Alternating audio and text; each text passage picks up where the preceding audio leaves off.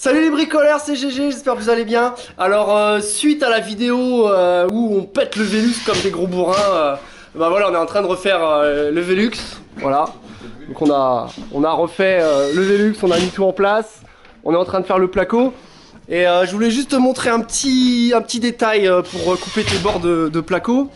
Donc voilà, donc généralement quand tu as les ébrasements comme ça de placo à faire, donc tu prends une équerre pour prendre le biais ici en haut. Donc tu mets ton équerre comme ça. Tu la plaques sur le côté là, tu traces. Tu vois, j'ai fait un petit trait. J'ai fait un petit trait ici là. Et puis forcément, souvent quand tu coupes comme ça, eh ben, il y a un jour ici, il manque 1 centimètre. Donc l'astuce, c'est de venir prendre l'équerre comme ça là, mettre l'équerre comme ça, bien appuyer l'équerre dans l'angle. Et tu vois, faire un petit décalage avec ton équerre. Et tu remets l'équerre ici, et en fait, tu viens tracer ici. Donc tu vois, il y a presque 1 centimètre de décalage là. Donc souvent l'erreur, c'est de prendre la mesure ici, et de couper. Et en fait là, tu te retrouves avec 1 centimètre. Donc l'astuce, c'est hop, tu mets ton équerre comme ça, tu la pointes bien dans l'angle là. Et voilà, tu reprends là, et tu reprends ta cote ici, et après, tu n'as plus qu'à prendre tes cotes. Donc voilà, petite astuce du jour pour bien couper ces ébrasements. Donc je te montre après quand j'ai coupé les ébrasements. Donc voilà, une fois que tu as pris ta mesure d'en haut là. Attends, je te pose.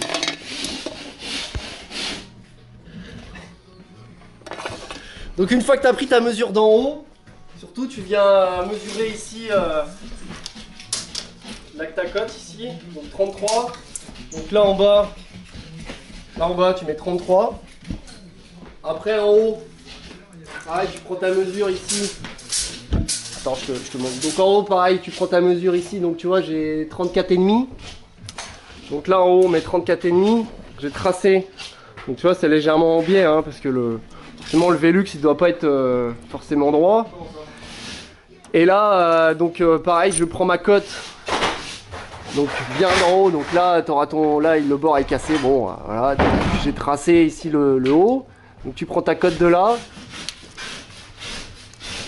jusqu'à ton trait, donc le trait celui-là, donc ça c'est le mauvais trait, hein, ça c'est le bon trait, pareil, tu traces ici, et donc on va couper.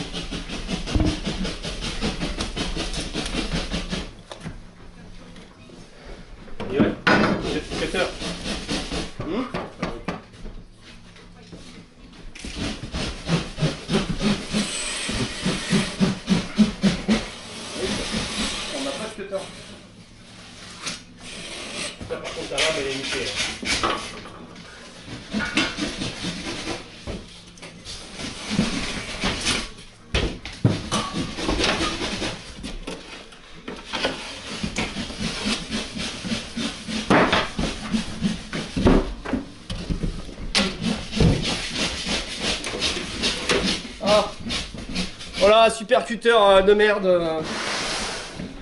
Voilà. Voilà, faut pas acheter des comme ça, hein, c'est merdique. Ça veut pas. Ça reste plus coincé. Oh là là.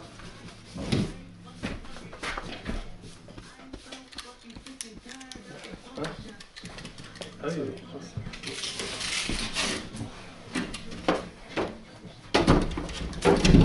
Voilà, attends, est-ce que ça passe? Attends, je te mets un peu plus haut parce que sinon tu vois pas. Alors, attention, est-ce que c'est bon? Ça va pas passer en bas. Ah! C'est trop long, ça se coupe en bas. Tu coupes en montage. Au montage. Combien on coupe? Bien un peu là.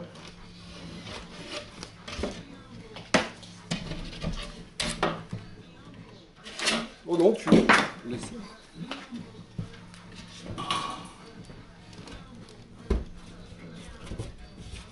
Ah, encore un petit peu.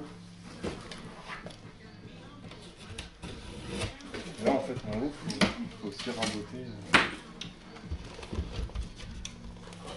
Tu vois en haut là? Non, tu vois pas.